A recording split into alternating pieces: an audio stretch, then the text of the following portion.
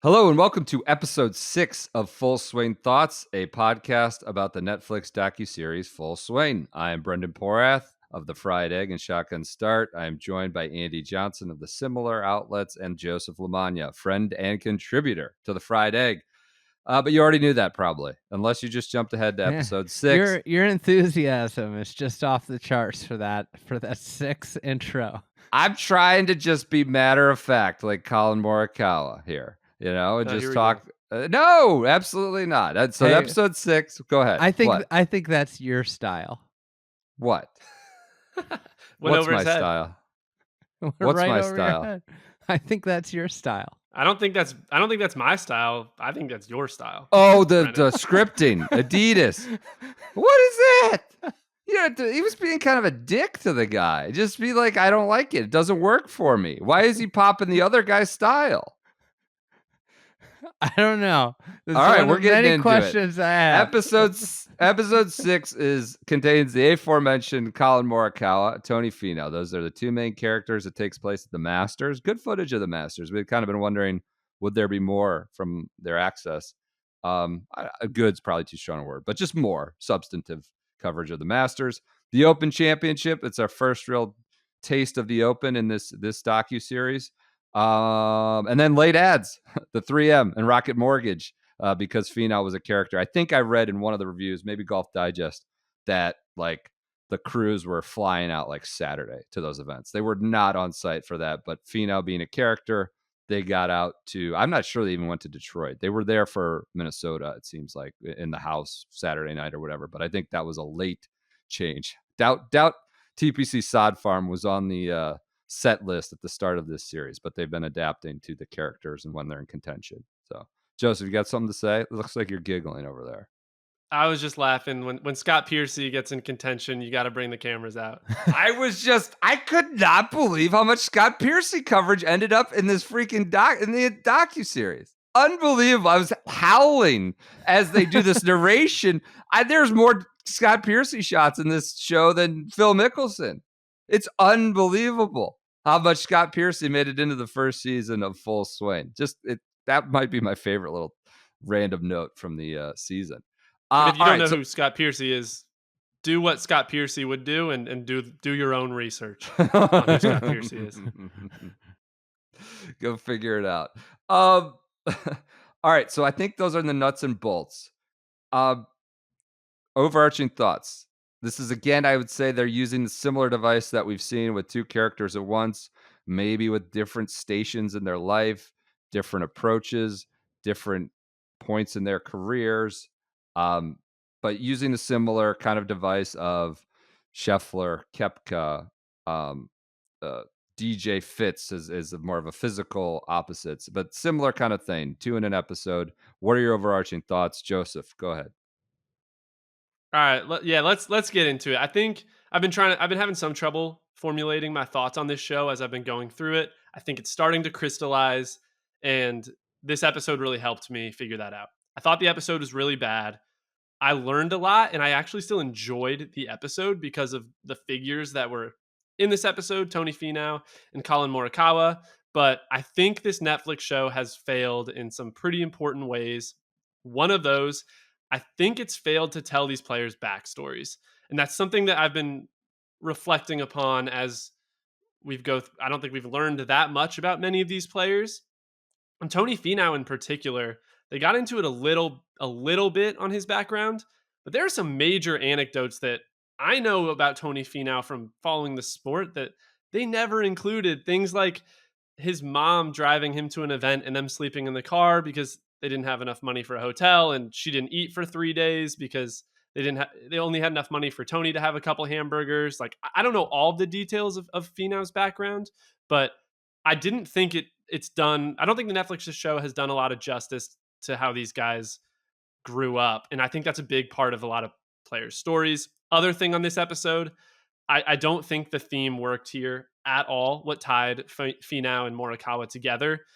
The theme here sort of being distractions versus focus, and Finau's family traveling with him and how that might be a distraction versus Colin Morikawa, who's this ultra focused guy who only travels with his wife and his dog. Don't think it worked at all, and would also call out that the episode was called "Don't Get Bitter, Get Better," Better, which yeah. is sort of a reference to Tiger, and Tiger's mentioned a few times, but has nothing to do with this focus versus distraction narrative. I think the episode really missed on the theme, but I still enjoyed it because we learned more about two of the most, I think, compelling figures in the game. So you learned more, but you're still saying they're not doing enough to tell the backstories. And when you say Yes. backstories, are you talking about like their personal stories, not like their competitive arc of I went through Corn Ferry, this, that, or the other? You're talking about sort of their childhood and where they came from competitively, Both. or I mean, both? yeah, both.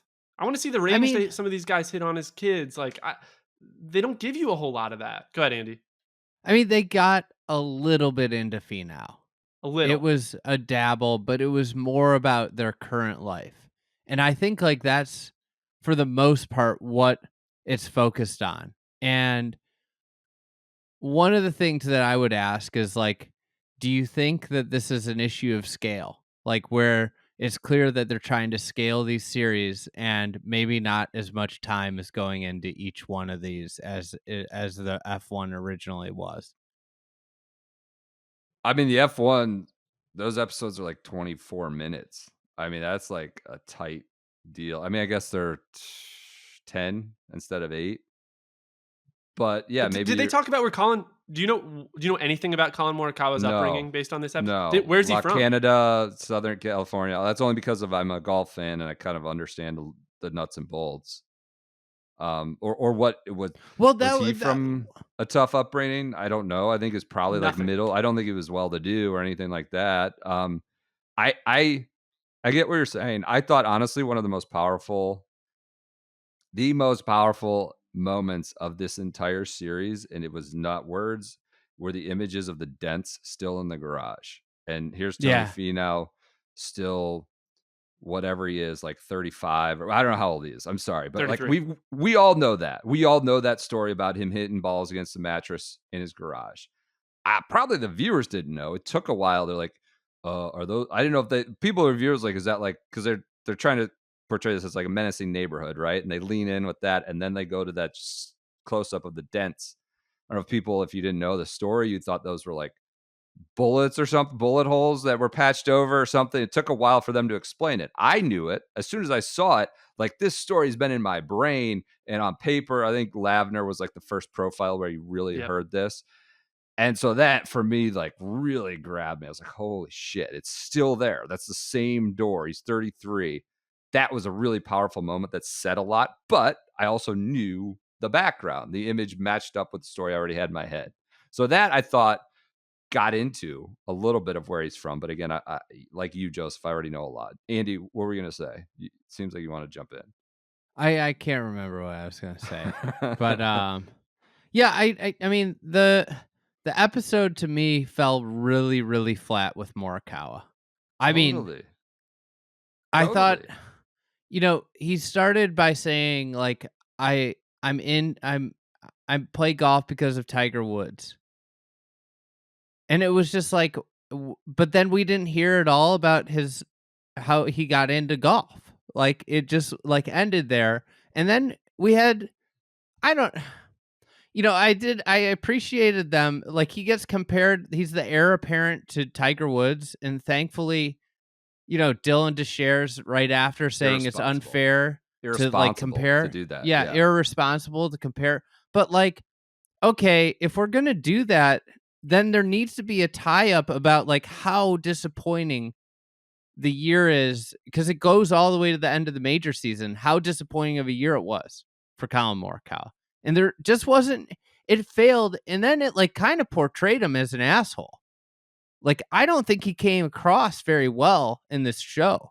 Like, I don't know him, I haven't met him, but like, this was like an extremely unflattering representation of a human being, in my opinion, which, hey, maybe this is the real, like, this might be the best, like, this might be real, but like, I thought the episode would have been better if it was just about Tony Finau, and Morikawa wasn't involved at all in it, because Morikawa was just like this like weird sidecar moments that had no depth and then the Finau story has a lot of depth. It like I think it didn't fully they didn't fully succeed in telling the Tony Finau story, but I did find the wife losing her mother Her father. very like her father, and Tony, like I think it explained a lot about Tony Finau's year last year. He was awful at the beginning of the year,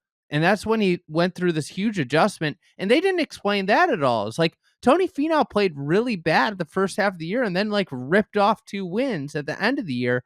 And it's just, I think this has been like the constant through line of the show is like they could take 10 seconds and set up so many things like better if they just provide a little bit more context. Because I'm watching this, I don't know. Maybe it's just like there's the people covering or putting this together haven't covered golf for very long. I don't know. Like, but it just seems like we're missing depth and we're missing like easy things that would contextualize things for regular viewers.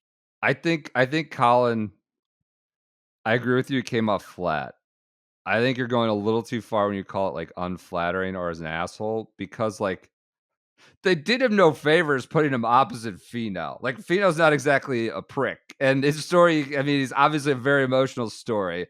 Like it's gonna be hard to come across like as sympathetic or empathetic as Finau, but it is flat. And I'd say one of the more amusing moments for me was they go from his neighborhood with the garage and like him and his father walking down the alleyway, like right from that to a zoomed in image of this sort of lap dog have across 2 private jet seats and 4 like booties, like has shoes, socks on its feet.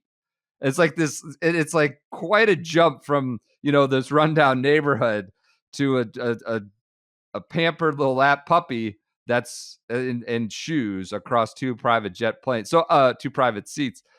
So I think it's like hard to be opposite Finau in this one, but he falls flat. It's like, I want to win. It feels like he's saying a lot of that stuff on the private jet is like, came across a little phony to me. Like the company line of like, I want to win. I want to go up and do it again. I want to win again. And I want to wake up and do it again.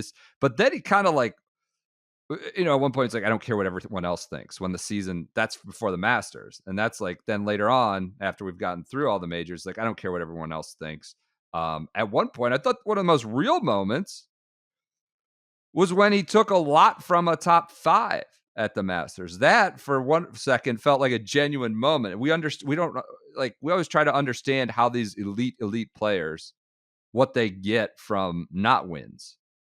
And it seemed like he was really buoyed by that top 5 at the Masters in the same way Finau talks about just making that putt to make the cut at the Open. Like that helped him when he got to Minnesota and elsewhere. So I thought that was an interesting part. That was one of the realest moments I felt like to me for Morikawa, but maybe he was trying to rationalize not winning for the show, because I thought at some points he came across as a little phony. And they are, like, let's be honest, they're making him like the F1 driver. Like he's doing the tennis ball reflex like exercises. He's like, they're trying to fine tune him as like this robot, right? This brand automaton with Adidas, with this machine doing the reflex work. That's the kind of stuff you see in the F1 show with their drivers. So it was a very different portrayal, and it's never going to be kind opposite the Finau one.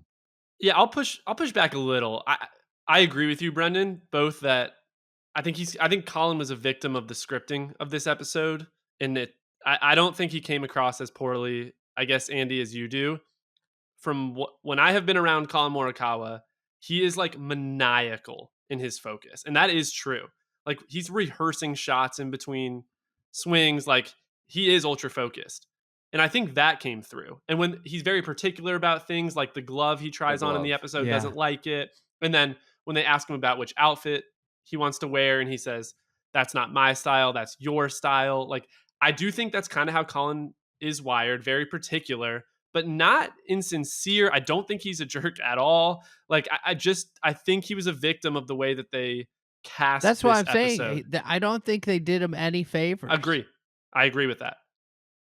there were people trying to do him favors with the Tiger comparisons. Like, are people comparing him to Tiger? I know we do the iron player, like he's one of the great iron players, but and he's won 2 majors in an astounding play. He's lifted and separated from his class, like Wolf, Hovland, that whole deal. Like, but are there like a lot of like he's the next Tiger Woods comparisons? That was like a real line that was thrown out there.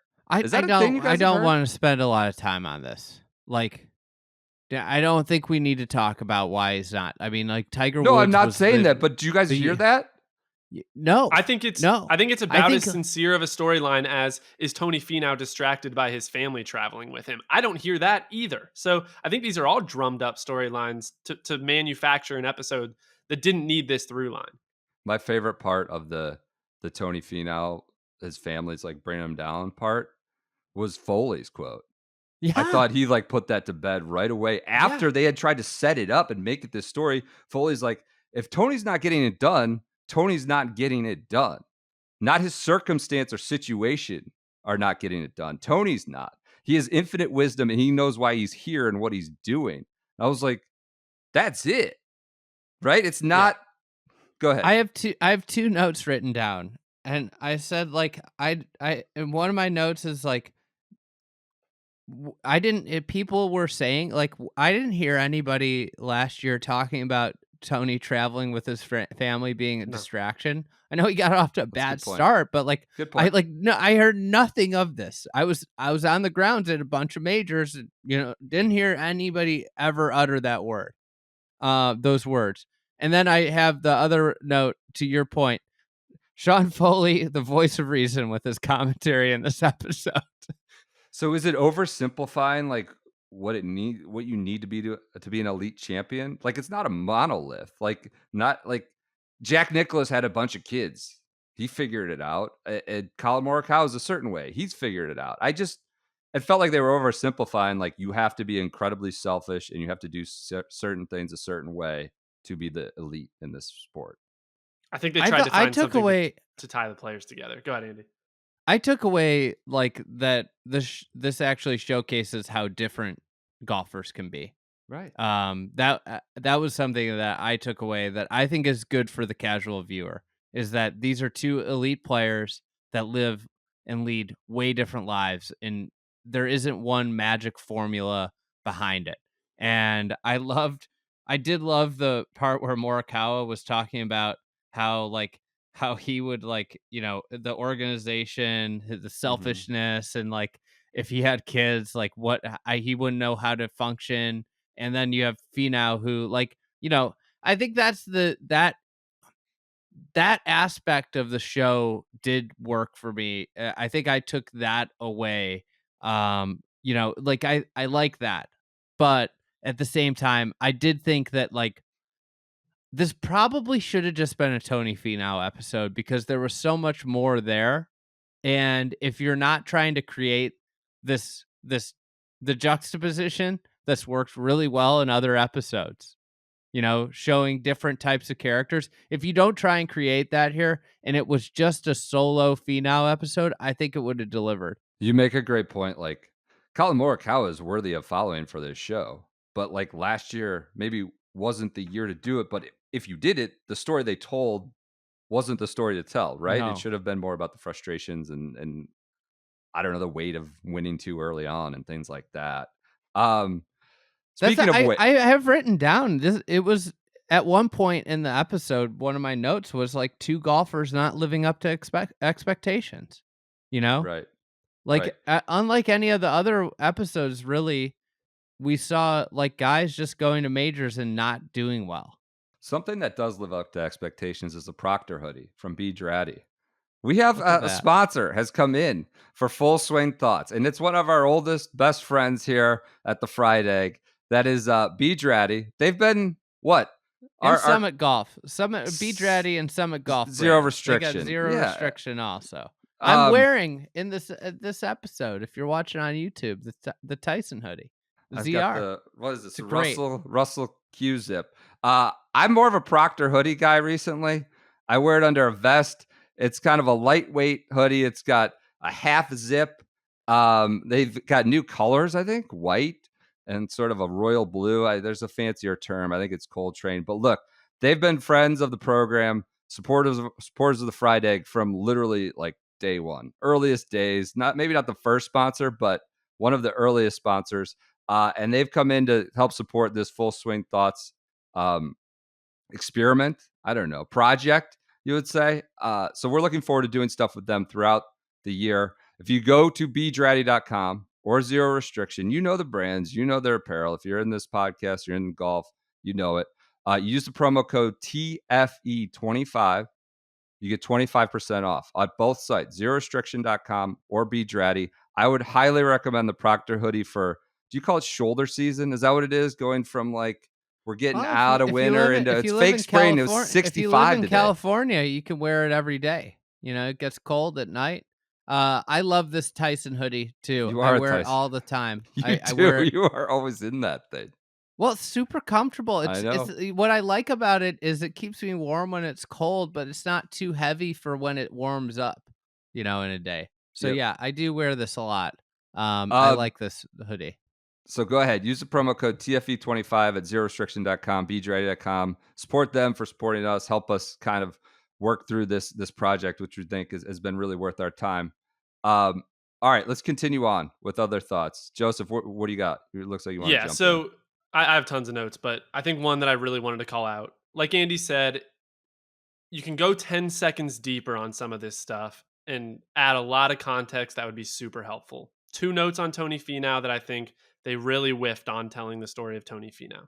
He was a late bloomer and he's 33 and he only had a couple wins on tour, doesn't have any majors yet. They didn't set that up. All they said was he's only won a couple times on tour. Like they didn't even mention his age, which I think is a huge part of the Tony Finau story. That's a like good point. he's got 5 more years probably of great golf, 5-6 years, 20-25 more majors to try and rack one up. Like they didn't get into that. And I think that was a big miss. The other thing that I could not believe they didn't go into more detail on was when they said that his mom died and his son was born the next day.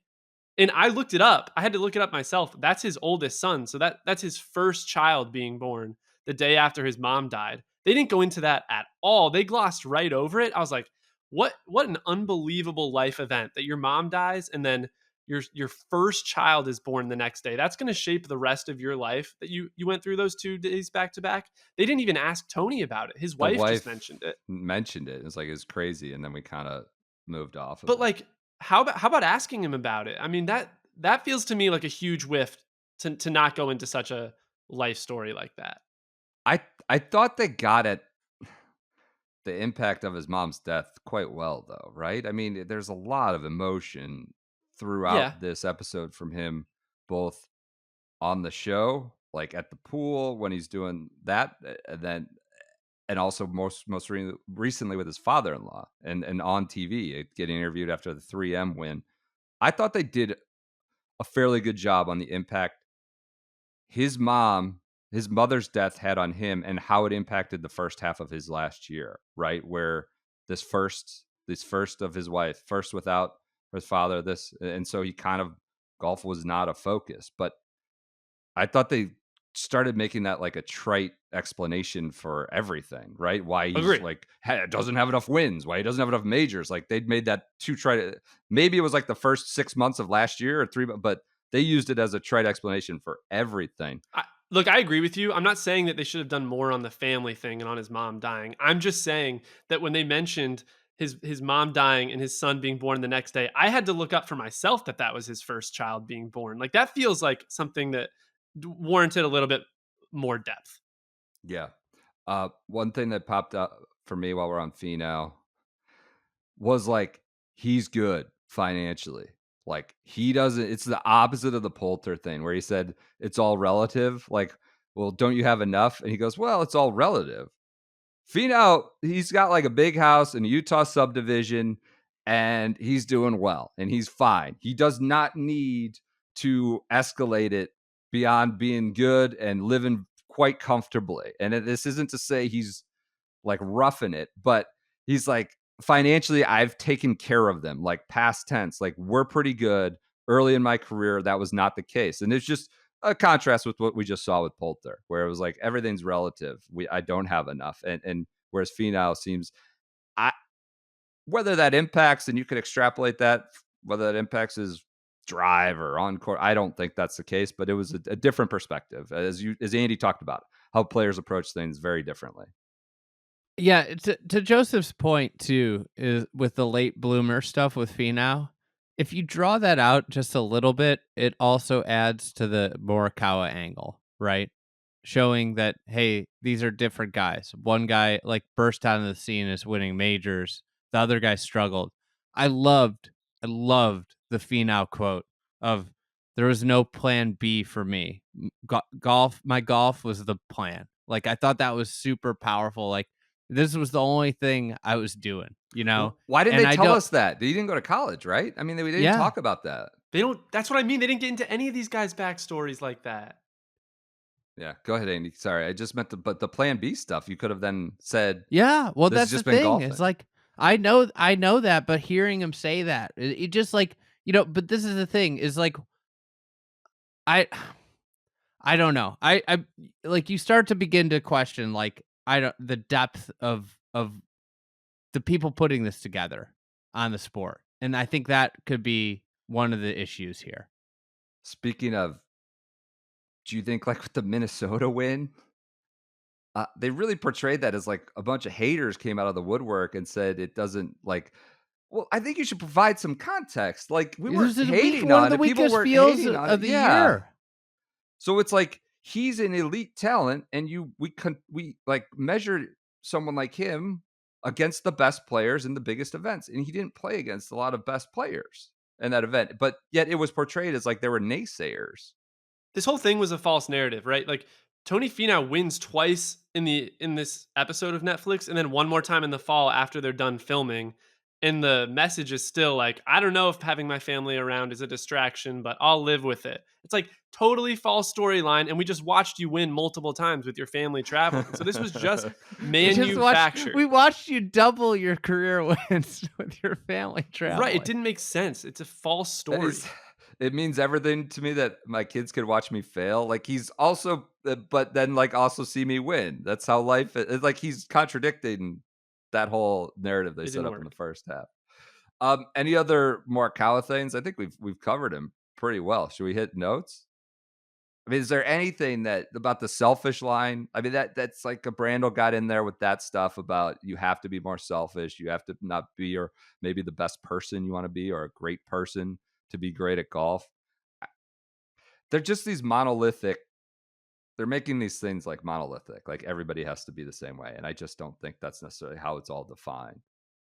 We good on Morikawa? You guys want to move on to random I think your point about like how they felt like they, you got the access to Morikawa and you feel like you had to use it, but then it seems like they didn't want to tell the story that the access would have provided them this year, because it's like the story was that this was a really bad year for a guy that had, nobody would have expected him to be outside the top 10 of the world at the end of the year, after the year before. And, so I think that I don't have many more notes. I didn't have a ton of notes on this one. Yeah. I liked the Finau stuff, but I agree that it was like scratching the surface of what it could have been. One note I have that I'd be interested in what you guys think about this. Maybe this is just a stupid thought, but so the next episode is Mito Pereira and Sahith Theegala. One note I had is instead of putting Finau and Morikawa together, which didn't work at all, what if you had done Finau and Mito together and did like the family theme? Because that's a big part of Mito and having the Latin American, like hanging out with Joaquin Neiman and his wife being a support system. And then with Morikawa and Sahith, you do like the guy who bursts onto the scene in Morikawa and has immediate success versus Sahith, who like struggles to capture his first win. Like, what if we paired it that way? I feel like it would have been way better Any thoughts on that?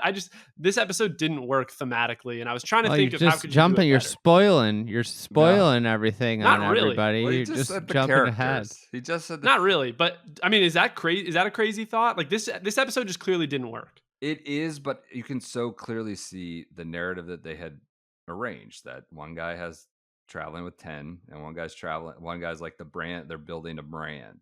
They're building brand Colin. And he's just him and his girlfriend and the dog, or a fiance maybe at the time. Like But they don't even you go can into tell, but that's what they're trying to slap you in the face with Yeah. over and over again, right? And they just probably thought that would be really interesting.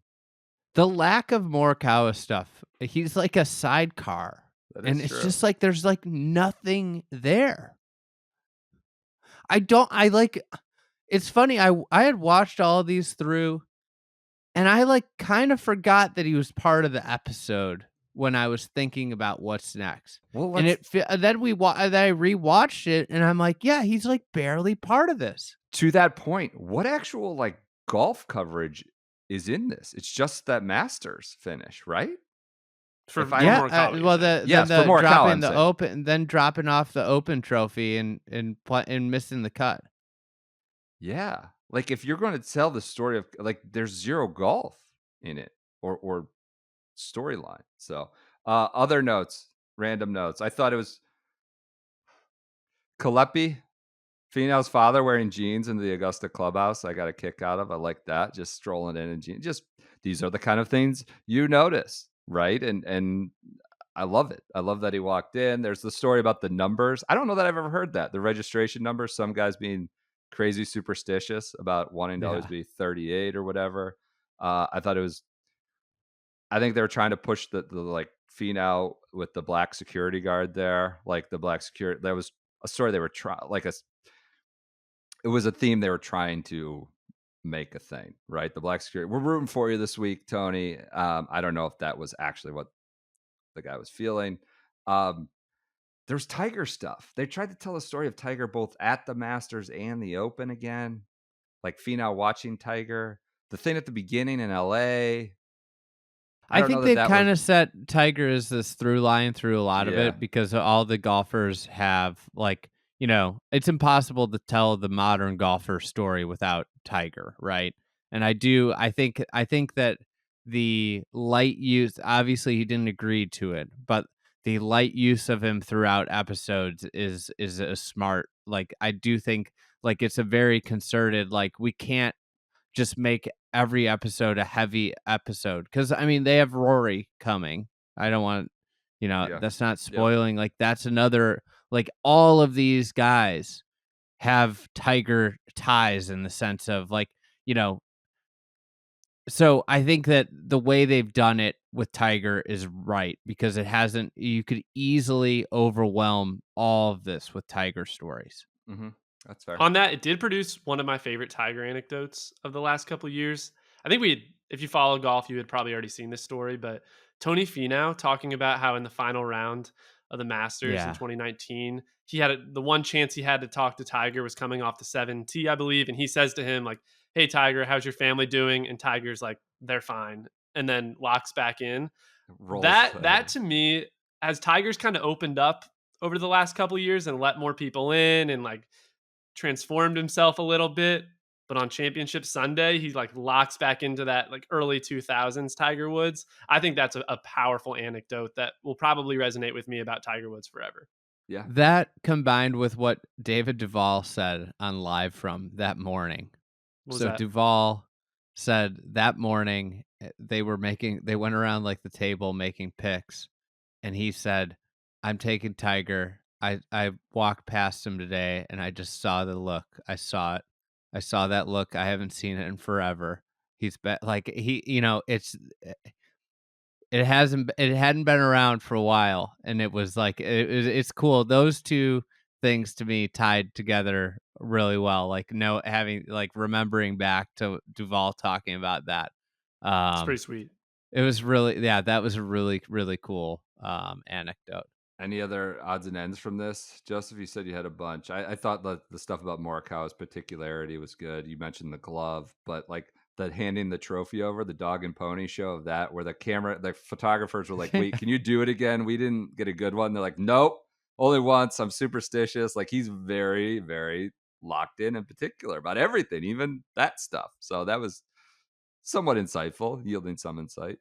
Anything else you got? We mentioned Scott Piercy. Love that. What else? I have one note. Tony talks in there about his son shooting 4 over, 1 over, and then 12 over. Mhm. It does beg the question: Can Finau's not close? So that's one note Oh, I have come in my on. notes. You're going after Drace? Come on, Yeah, Joseph. I'm going after Drace. You could see the pain.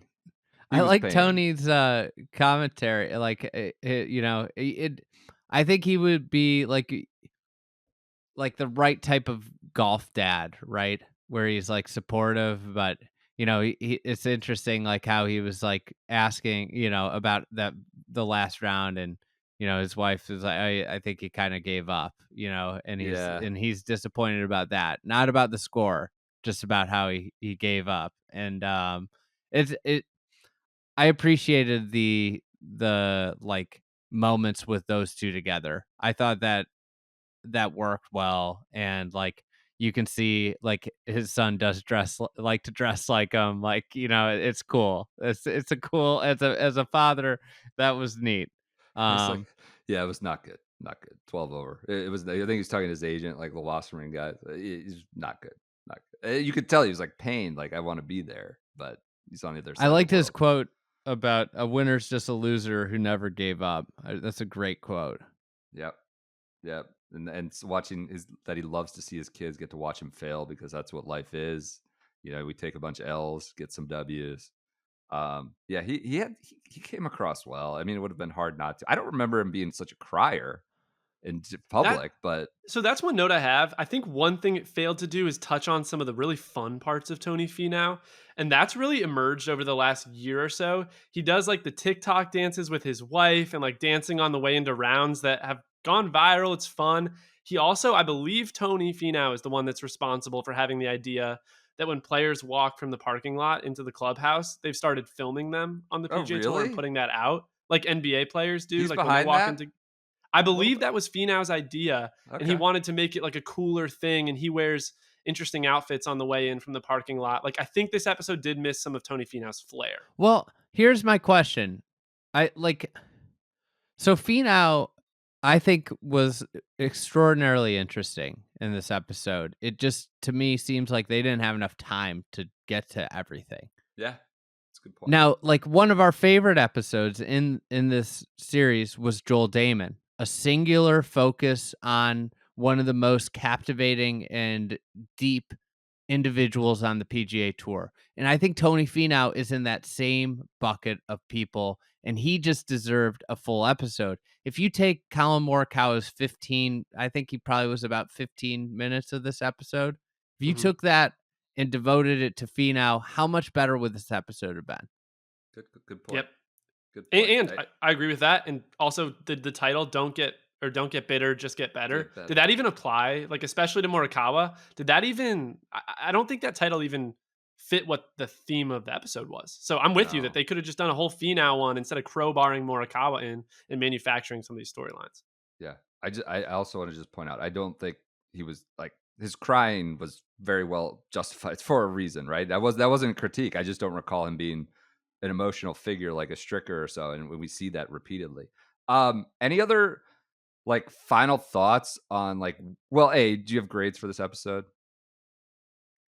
Andy, Joseph, you guys have, we know It's probably like a C for me. That's right about where I have it. I think it's like a C, but I still liked it because of the players. I think the episode was bad, but yeah. still got Finau, something from it. Finau pushed it upwards for me, probably to B. Where are you guys at, like with the series? We're at like basically the 54 hole mark now, with 2 to go. We're like not big takeaways, but where are you guys at with this series? Go ahead, Andy. I mean, I've enjoyed the series. I like them. Um, I think each episode I take away a lot of stuff, which is what I was looking for. I don't think it's like a complete out of the ballpark success. Like this isn't, when you talk about like the great sports documentaries and docuseries, this doesn't rank with those because it's missing a lot of context. Like I think the depth on which you're devoting 40 minutes to people. I think they just are missing too much and not providing enough context on some of these guys for the casual. I think where it's failing more so is for the casual viewer than the diehard, because they're assuming way too much knowledge on some of these guys and missing some of the I thought watching the show I was going to be a little bit bored with basic details of players that I knew. And it's been the opposite where like we're just breezing past things that are of extreme note. Good point. Joseph, where are you at right now? I don't have a lot to add. Andy kind of just said the way that I'm feeling about it, and it took me 6 episodes to actually crystallize those thoughts. Don't think it's particularly good docu-series, but I'm still enjoying it because it's adding some context to the guys that we follow week in and week out. But I think Mm-hmm. like some of the editorial decisions honestly are not good, and missing some of the things on Finau in particular, right? Like didn't go to college, like was a late bloomer. How do we not talk about that? So that's where I've landed, pretty similar to Andy. About you, Brendan? Yeah, I would agree. Like, it's weird. I'm enjoying it, of course, right? I'm happy to click to the next episode. I feel like every time one ends, I've learned something, or there was a portion that I found edifying. But it's not popping. It's not popping off the page. It's not. It's not. It's just given what happened last year, given some of the characters, it's not popping yet for me. Andy, do you think if they? You mentioned that scale thing. What do you mean by that? You think they did this to like bag another season, keep it going, or try to bag the casual fan? What do you mean by like you think they're trying to scale it? I'm saying that they're producing so many of these across different Okay. sports, Okay. Gotcha. right? Gotcha. Like if you're doing one of these, like they just put the tennis one out. Yeah. They just put there's another season of Drive to Survive. Like I think like one of the things is like I don't know. It seems like they're trying to do a lot of these at once, and it seems to me that these are things that need a lot of time, to do. And obviously, I'm not, I haven't ever done one of these. I don't want to like this is a lot of people like to lob grenades. Like I saw a comment like, I can't believe it's taken so long for this to get released when they announced that it was Oh being yeah. released. It's like, Yeah. oh, like let me know your credentials, and if you could get this turned around faster and better, like, I'll hire you. But yeah, I mean, like a perfect example with Finau, they didn't even mention he was on Big Break. It's a Him good and his brother. it's a good recall. That would Like have been that. good footage. That would have been I good know, footage. that's great footage. It's and like that's the thing about Tony Finau. He's got all these different like he was on Big Break and now he's one of the 15 best players in the world. Right. Think about that. One He was one on a reality TV show about making it on the PGA Tour with his brother, and you just don't even mention that. Good point. Go ahead, Joe. one thought I had, and maybe I'm trying too hard here. It could be cheesy, but I think one thing that's really cool about golf is that in a tournament you have 156 players, and the storylines emerge themselves. Like a couple guys are going and are in contention going into Sunday, and that's the story, and it's cool. When you pick the players ahead of time, like they did to film, then you have to like manufacture the stories afterwards, and you are subject to what you filmed that year. And so with like Morikawa, maybe there wasn't a whole lot of content to go off of, but you're almost like contractually obligated to throw him in an episode. And I think this show would work better, not practical, if you filmed 20 guys for the year and you picked 5 of them to do an episode on one of them each based on what happened in the year. It's like kind of a structural issue, but that's not Yeah. really a critique of Netflix. It's almost like a practical consideration. And you obviously have the pressures of big time players, agencies being like, "Hey, man, you spent X. We let you have this Right. access. Where are we in the show?" It's a big deal. That's a hard Yeah, like if thing to balance. Morikawa had just gotten bounced from the series, do they get another shot?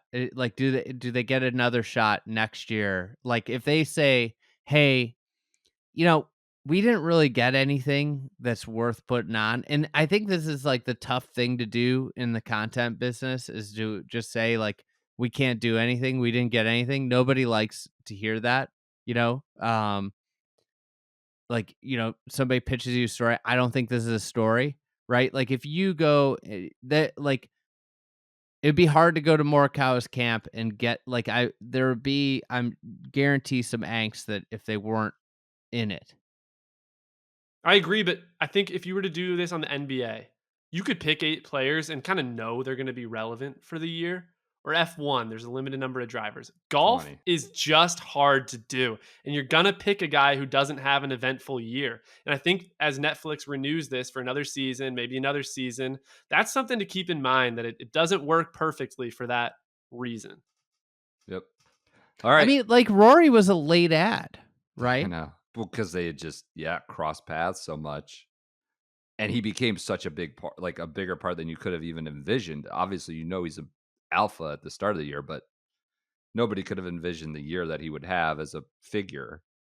And so they added How him. do you get while we're here, and I don't want to draw this out any longer, really. You're But I fine. do. I thought of this question I like these big picture thoughts. as we're getting here. How do you feel about how Liv has been portrayed?